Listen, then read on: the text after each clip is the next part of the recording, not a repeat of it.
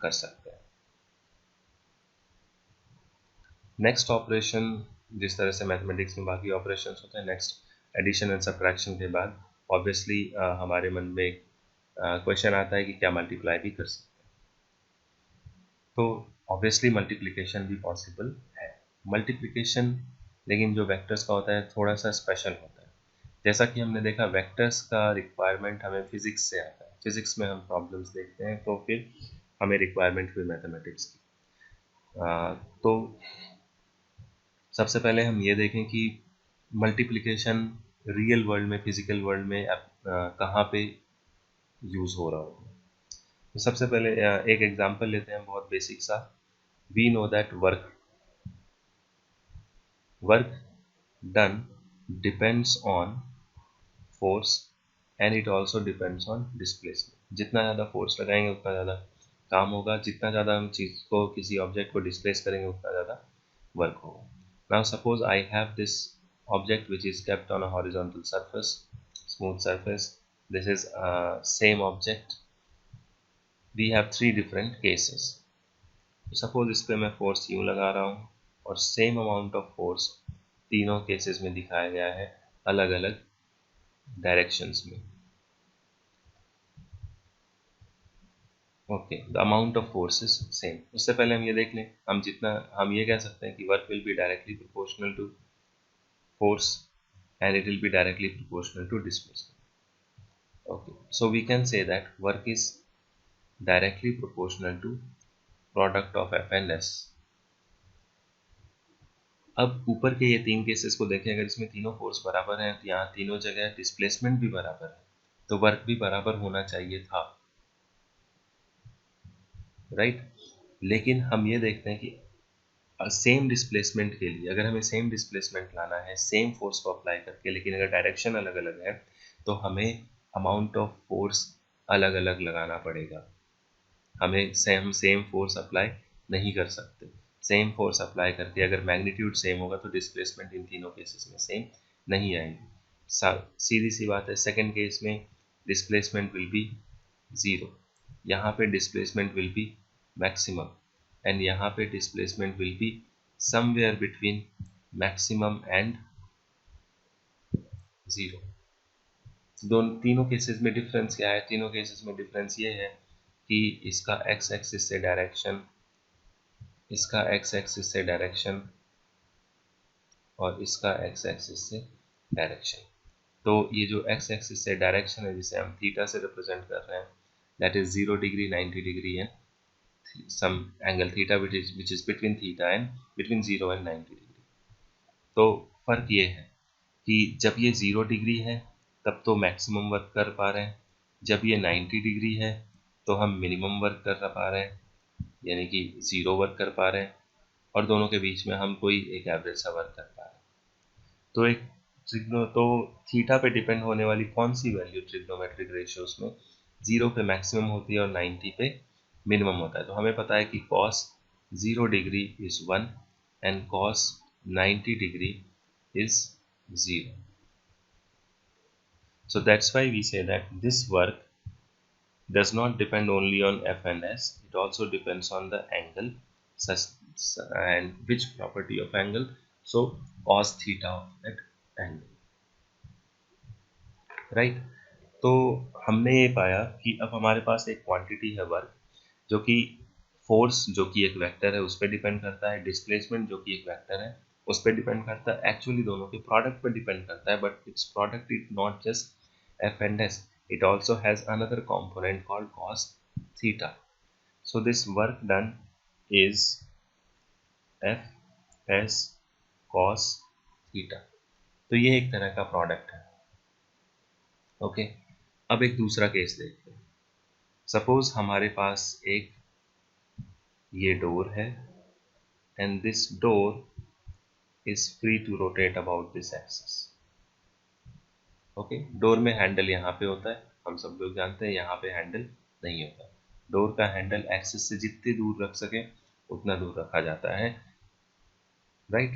Okay, अब इसमें अगर हम फोर्स लगाते हैं तो इस केस में और इस ब्लॉक वाले केस में एक डिफरेंस है। ब्लॉक में फोर्स लगाने पे ब्लॉक मूव करने लगेगा, इस डोर पे फोर्स लगाने पे, क्योंकि ये एक तरफ से फिक्स्ड है, एक एक्सिस पे ये फिक्स्ड है, इसलिए मूव नहीं करता, पूरा रोटेट करता है। ठीक है, तो ये इस डायरेक्शन में सपोज रोटेट कर रहा है। अब this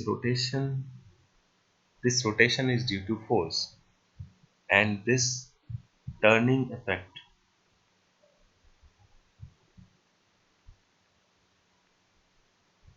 of force is actually called torque, और इसको हम सिंबल टॉ से रिप्रेजेंट करते हैं।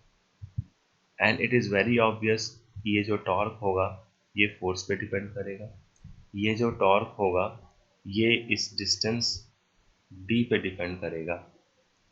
What is this distance? This is distance of point of application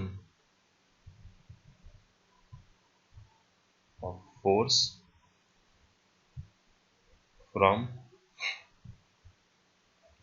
the axis. ये एक्सिस से उस फोर्स का डिस्प्लेसमेंट, या फिर हम बोल सकते हैं डिस्टेंस है, परपेंडिकुलर डिस्टेंस है actually. Okay, now apart from this, is there anything else on which this depends? So हम देखते हैं अब इसके भी हम तीन केसेस बना लेते हैं। एक जो केस ऊपर ऑलरेडी है, उसमें फोर्स की डायरेक्शन मैंने दिखाई नहीं है, सो हम ये जानना चाहते हैं कि क्या ये भी फोर्स की डायरेक्शन पे डिपेंड करता है। तो सपोज एक केस में हम फोर्स इस डोर के एज पे लगाएं और towards the direction of D लगाएं। दूसरा जो फोर्स है वो हम परपेंडिकुलर टू द डी लगाएं, डी की डायरेक्शन ये है और हम इसमें परपेंडिकुलर लगा रहे हैं। So here theta is 90 degree.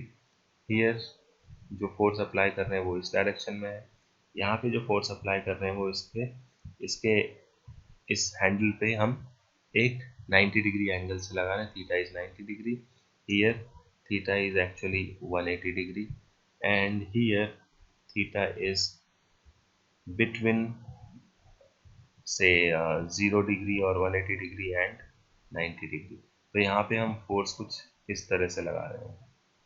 Amount of force is same, तो हम ये पाते हैं कि जो रोटेशन होगा, अगर हम इसे इमेजिन करें, तो जहाँ परपेंडिकुलर लगा रहे हैं फोर्स वहाँ पे हमें मैक्सिमम रोटेशन देखने को मिलेगा। इस केस में जहाँ पे थीटा 180 या 0 डिग्री है, वहाँ पे हमें मिनिमम रोटेशन मिलेगा। एंड वो केस जिसमें थीटा 0 डिग्री और 90 डिग्री के बीच में है, वहाँ जो हमें एंगुलर डिस्प्लेसमेंट मिलेगा या रोटेशन मिलेगा, that will be somewhere between the two extremes which we have already discussed.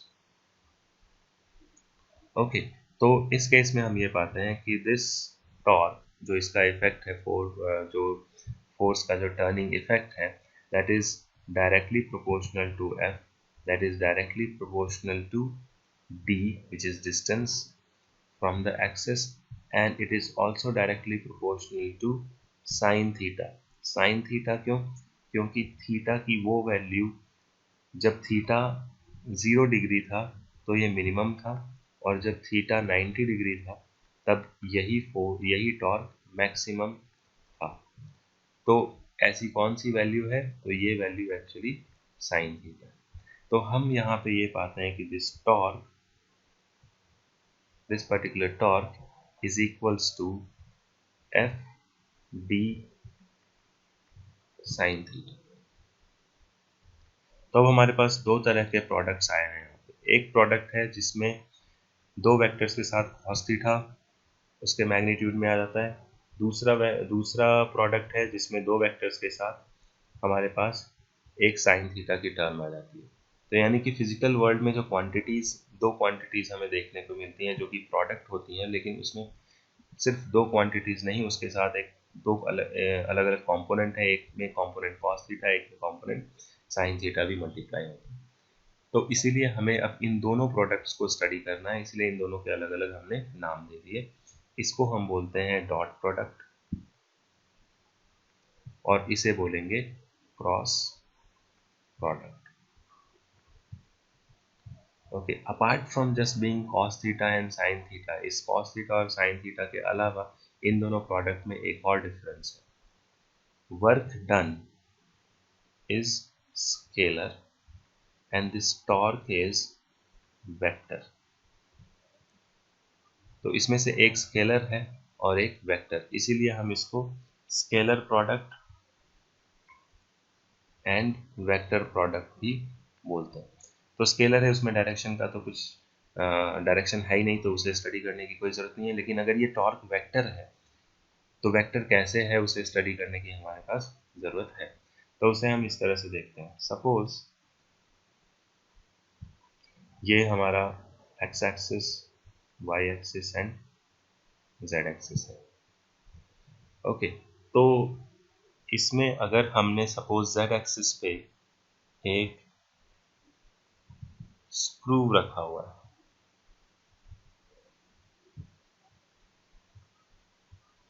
Okay, इस z एक्सिस पे जो स्क्रू रखा हुआ है इसे हम x टू y के डायरेक्शन में भी रोटेट कर सकते हैं या y टू x के डायरेक्शन में भी रोटेट कर सकते हैं।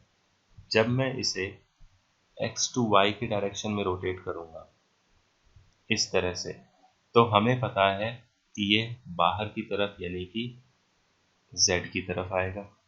लेकिन जब इसी चीज को मैं उल्टा रोटेट करूंगा, that is if I rotate it from y to x, तो हमें पता है कि ये स्क्रू टाइट होने लगेगा और ये माइनस z के डायरेक्शन में जाएगा।